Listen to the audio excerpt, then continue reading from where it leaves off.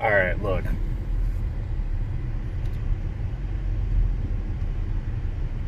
I am a firm believer that everyone has a right to their own opinion. I am a firm believer that everyone has a right to believe in what they want to believe in. I have a firm opinion that everyone has a right to say what they feel is factual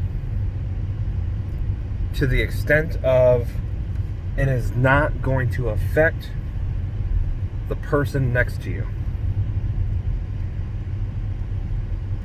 Now, let me tell you the truth about the United States of America and the coronavirus, or COVID-19. First of all, the reason I am making this video, the reason I am voicing my opinion, my thoughts, which are not even my thoughts, I'm just going off of scientific data and what I see every day as not even a black man in America, right? Because this is not about race, this is about COVID. But as a adult male living in Florida, this is what I see. So let me start from the beginning. So the reason why I'm making this post is because someone that I know who also lives in Florida lost their nephew to COVID-19. Nephew was like, I don't know, 28 or 29, living in Miami. Young kid, really no issues as far as health goes. Pretty active, but once again, he was like a lot of these younger people decided to go to the beach on the 4th of July, decided to do all this other stuff, right? So, they posted, keep my nephew in his prayers. He's in the hospital, pray for my family, this and that. And then, they put, and the post was actually done a couple days ago. I just saw it recently. But, so one of the comments said, your nephew didn't pass away from COVID. COVID isn't real. Quit making stuff up. Well, they didn't say stuff, but because of a video, obviously I'm cleaning up the words, right? And essentially just called the death of this young man a hoax, or quote unquote fake news. This is the problem, right? This is the problem right there. We as people forgot the teachings of who we once were.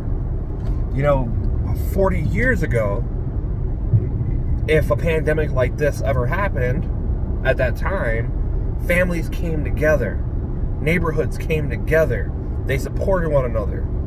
If a new neighbor moved into your neighborhood, someone down the street brought you a pot roast, they brought you a casserole, and they trusted you to give their dish back. It was a different time because they still believed in humanity. Now we live in a world where we removed the human aspect of humanity, and everything is about politics or religion, about what I think versus what you think, instead of coming together and banding together. Now, we've done this. We showed that we can do this because of the whole Black Lives Matter movement, right? People who were against it and felt like all lives matter, well, you lost a lot of friends. But the people who realized that Black Lives Matter isn't about, it's not saying that all lives don't matter, it's about saying that Black Lives Matter at this moment, the world banded together, and now we're seeing change. That's great. I'm happy for it. But where we're not seeing change is people dying. Like, think about that. So, first of all, we have a president who is downplaying the coronavirus as a whole. He says that the numbers are going up because testing has gone up. Okay, so let that sink in for a minute. He said if we tested less, we would have less cases of the coronavirus. Let me put that in perspective for people who don't understand why that is wrong. Okay, if you go on a Monday and get tested, okay, so Monday you can get tested. The average wait time for test results is around 2 weeks, 14 days, which is the incubation period for coronavirus. So, if you get tested on a Monday and have to wait 2 weeks to get your results and you have coronavirus, good chances that you will, one, either end up in the hospital because you're getting worse, or two, you'll recover if you do have it and you'll be okay with some mild symptoms later. But on that Monday, right, so if Monday you get tested, on Tuesday, they say that there was an increase of 50,000. Let me make this a little simpler for you. Monday, okay, 30,000 people get tested, okay? The results for those tests won't come for 2 weeks. But on Tuesday, there was an increase of 50,000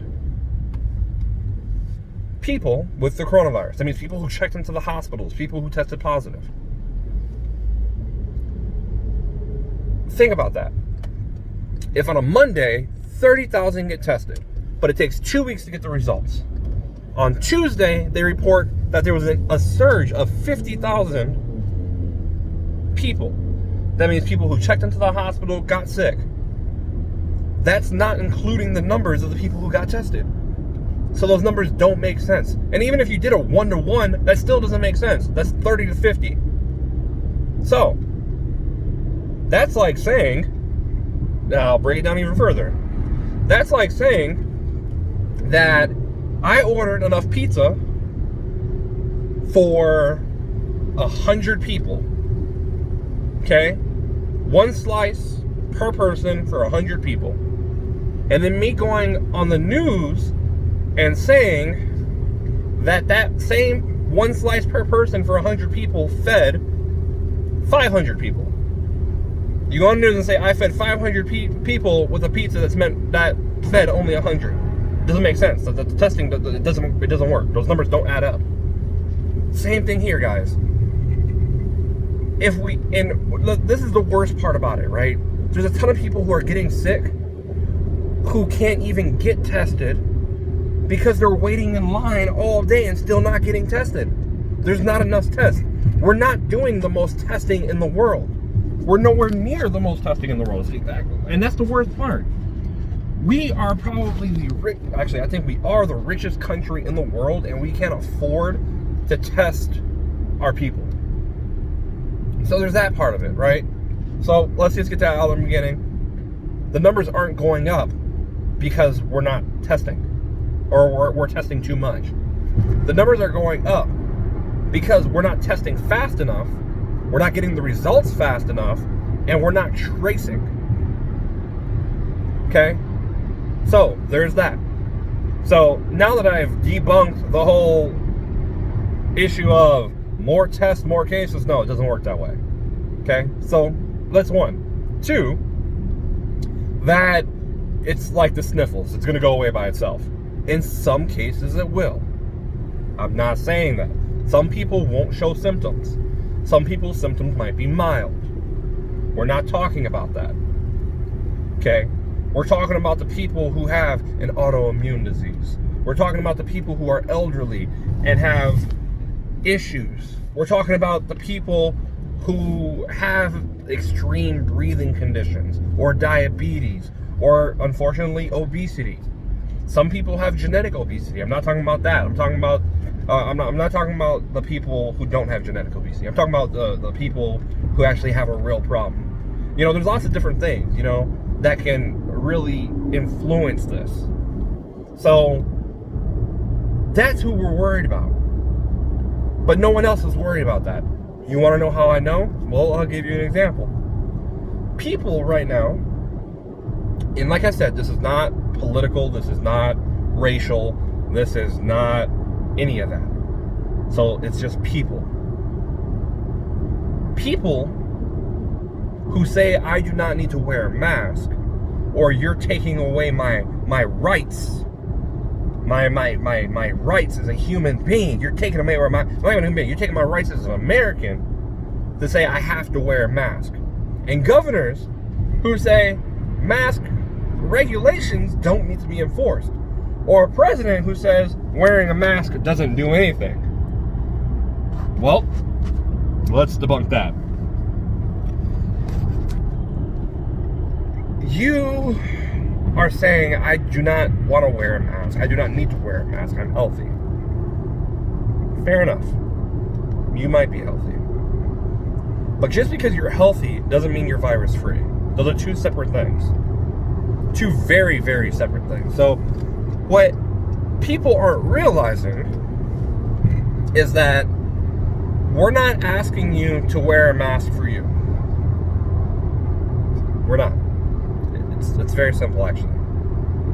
We're asking you to wear a mask for the person next to you. You know, stop with your ego. Stop with this rights thing. It's not about rights at this point. It's about protecting your fellow person. Because you don't know that elderly woman who is in Walmart next to you might not have any family here. Okay? She might be alone. So she has no choice but to go out in public and get her own groceries. That single mom who brought their kid along might not have someone there. So she has to bring her kid with her. But her kid has some underlying disease that you don't know about. And now you're carrying the virus and you're perfectly fine, and you breathe or cough or sneeze, and now you just gave that virus to a kid or an elderly who has this underlying disease, and now 3 days later they're in the hospital, and 4 days later they passed away. Right? How would you feel? Put yourself in their shoes. How would you feel if your grandmother, your aunt, your brother, your mom, your dad, your nephew, your niece, your cousin, second, third, fourth, how would you feel if someone that you knew passed away because of COVID, knowing that it could have been, the probability could have gone way down if you wore a mask, or if masks were mandatory in public places? Now, once again, no one is saying that you can't wear a mask on a farm in Idaho. No, you don't have to wear a mask. You're not around people.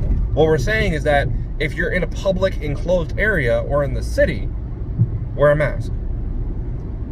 If you're in a Home Depot, wear a mask. If you're at a Publix, wear a mask. Or Pick and Save, wear a mask. A Walmart, wear a mask. Sam's Club, I can keep going. Wear a mask then. If you're in your car, don't wear a mask. Simple. You're not around people. What I'm saying is that in a public place where you're actively around people, you need to wear a mask. Not for you. I mean, it's for you in a sense, but you need to wear a mask for the person next to you, right? And that's the problem.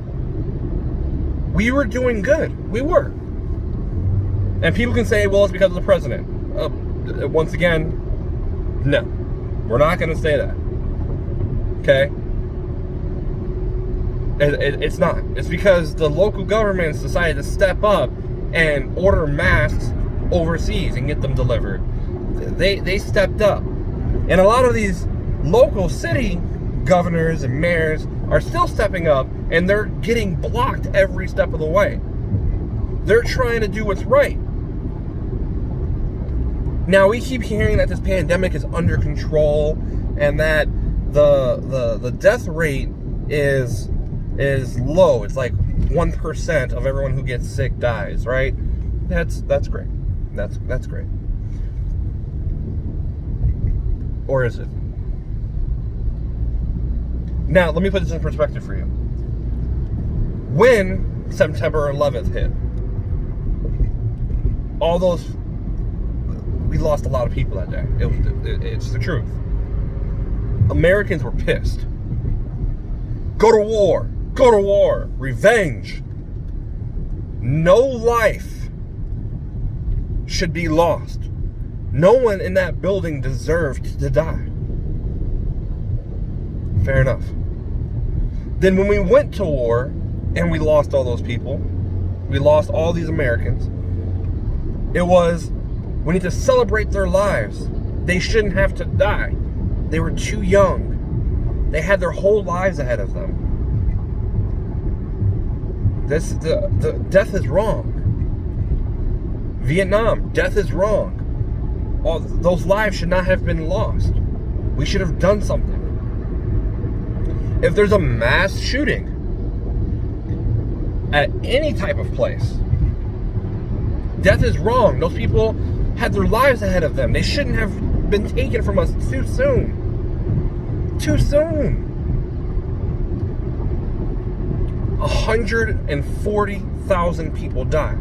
By the way, which is more than September 11th, Vietnam combined, by the way. Think about that. We've lost more people than a war and a terrorist attack combined. And I'm sure we can even throw in a couple other ones in there. I think they have. They're saying that we've lost more than like the Iraqi war and like Vietnam. I don't know. I know they did the numbers and they said that we've lost more, which means that we've lost more people in what, 4 months than we did. It's just in several years. That's sad, but it's just a statistic, right? It's still 1%. That's because they're looking at them as a number, not a people, right? They're not saying, before we lost soldiers, we lost this many soldiers.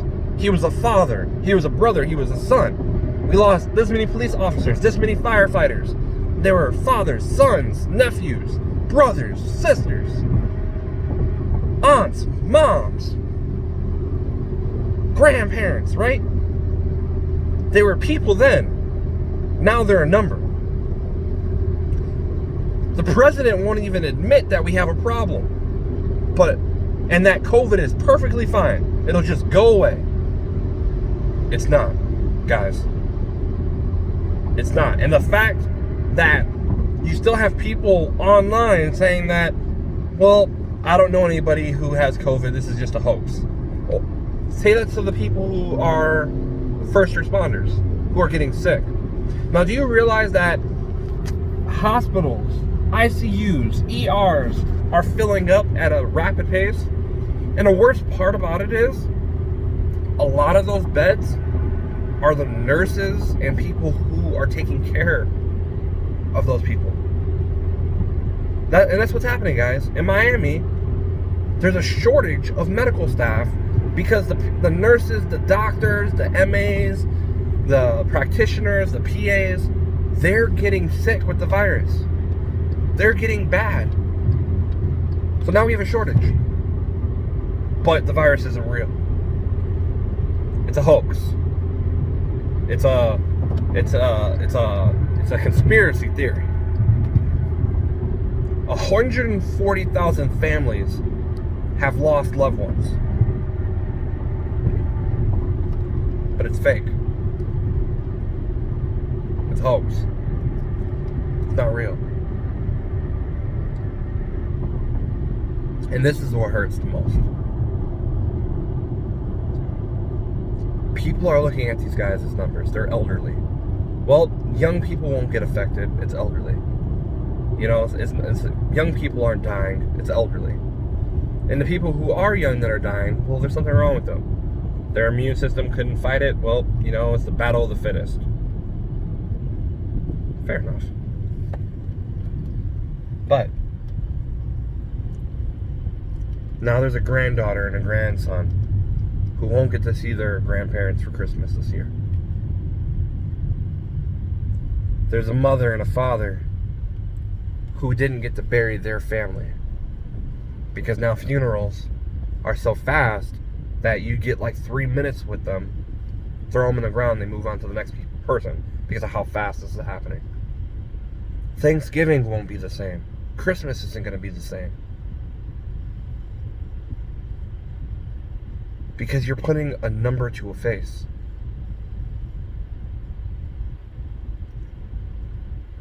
Look, guys, I know how hard it is to lose somebody that you love. Within 3 years, I lost both of my parents. And I had to watch both of them go. It's the hardest thing you ever have to do, guys. And the fact that we are putting a number instead of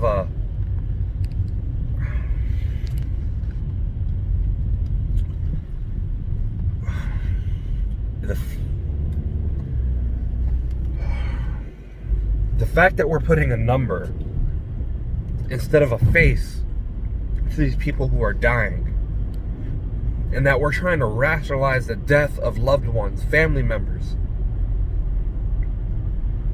It's not just elderly anymore. Kids are now proved to be spreading and getting sick. Some without any type of previous history. Parents, children, birthdays that will be missed, holidays that won't be the same. No matter what you feel in your life, no matter what you do in your life, there's nothing that will fill that void. My kids will not know their grandparents. And they were great parents, guys. How many other families have to lose people they love before we realize that this is real? Before it's not just a number. What will it take for people to understand that one is one too many for loss? 140,000.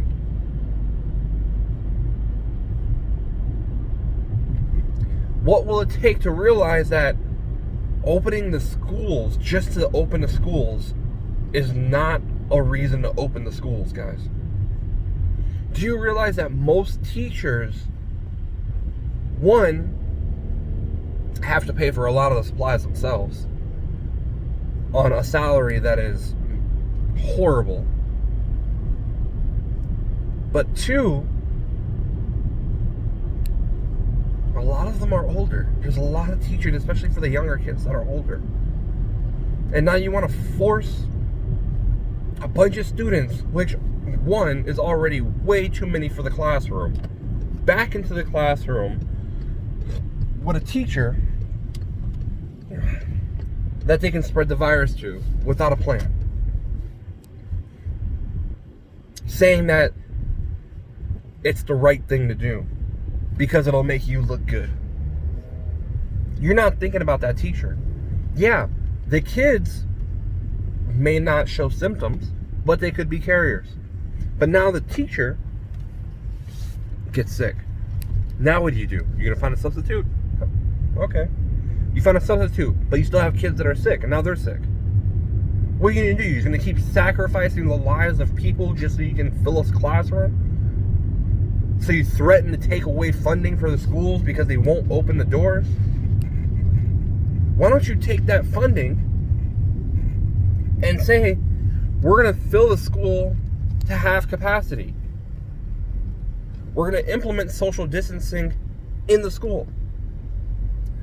Why don't you say, what we're going to do is going to give parents the options. If they want to have their students at home, their kids at home, we'll send them a laptop. We'll get them set up. For the parents who work from home or can have that afford the luxury of having their kids take school at home, let them. And cap it to where every other desk is open. Why don't you send masks to the hospitals so the staff can get back to work? They can be protected. Did you know that one of the doctors in Miami said they had to rewear a one-use mask for 15 days because they don't have enough?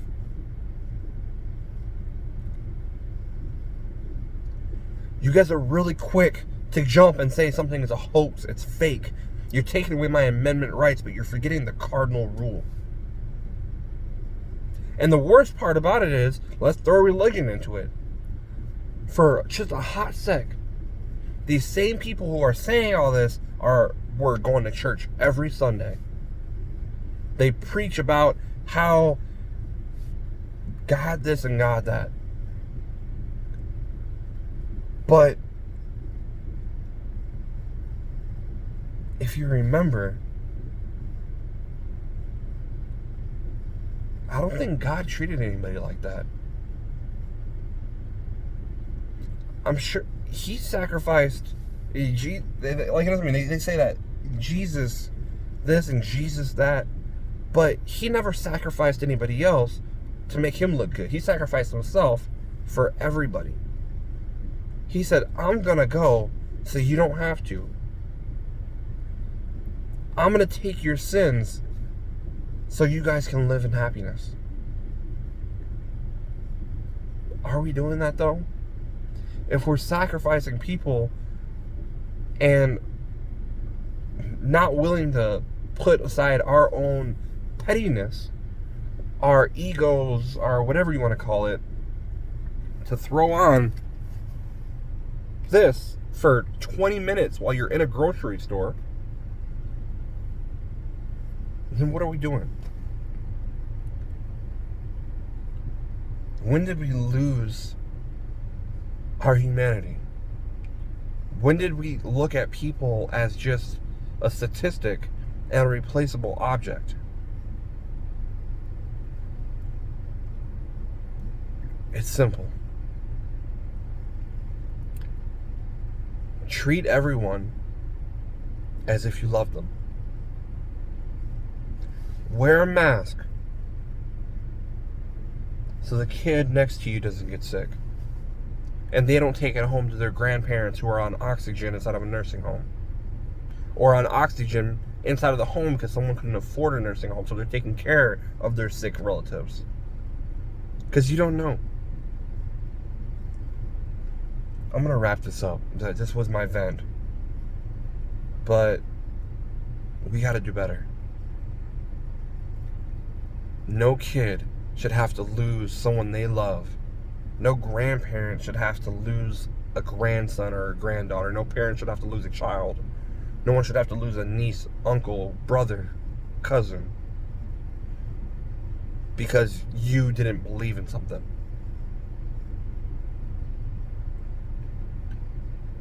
So it's simple. This is real. It's very real.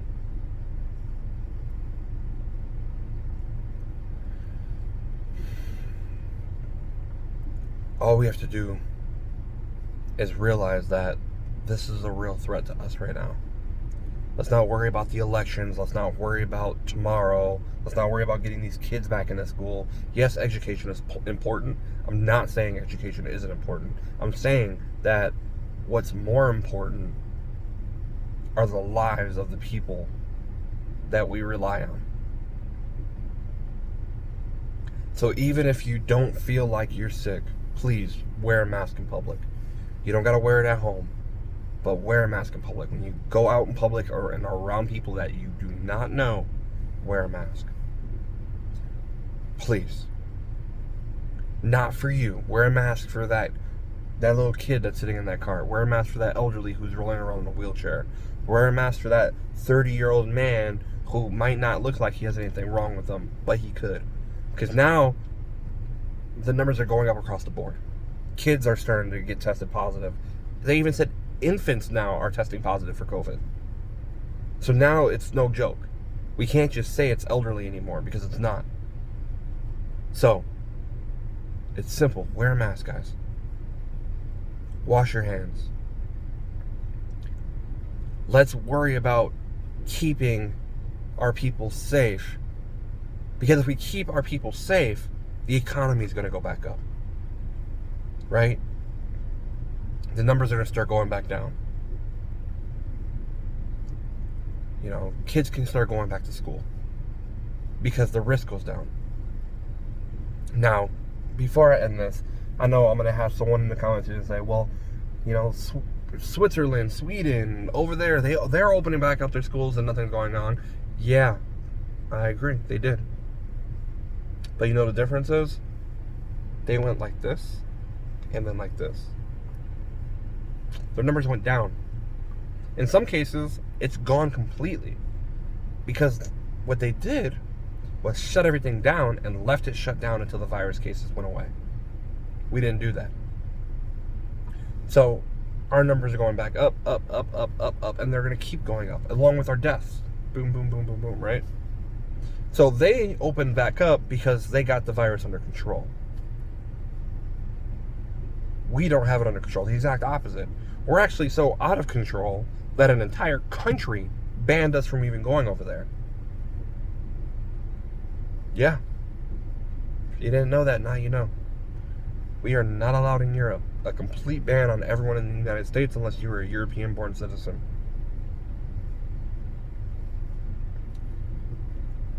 Imagine that. Because we couldn't get this under control, because we didn't do the right thing from the beginning, a country banned us. Now let's look at it from another aspect, the economy. Airlines are laying off thousands of workers because a big chunk of their business is international travel. So the economy is getting worse because now we have a ban on the Americas. You know what would have stopped that?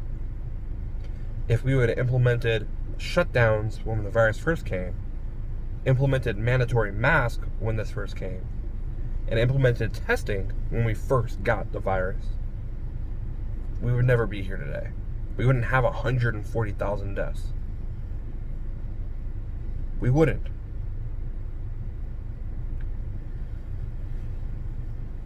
It's very simple.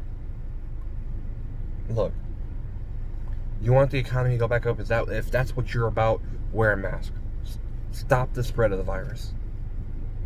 Like I said, don't do it for you, do it for the person next to you. You want the economy to get better? Wear a mask. You want your kids to go back to school? Wear a mask. This all goes hand in hand. So, I'm going to end with this. Wear a mask. Remember that people are important.